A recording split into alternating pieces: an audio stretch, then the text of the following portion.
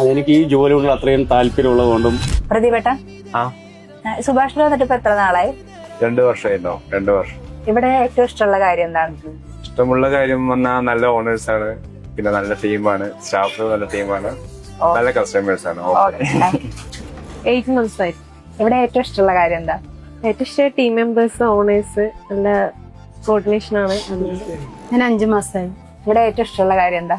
എല്ലാവരും നല്ല സപ്പോർട്ടിങ് ആണ്. ഓണേഴ്സ് ആണെങ്കിലും നല്ല ഹെൽപ്പിംഗ് ഉണ്ട്. സുഭാഷിൽ എത്ര നാളായി വർക്ക് ചെയ്യാൻ തുടങ്ങി? 20 വർഷമായി.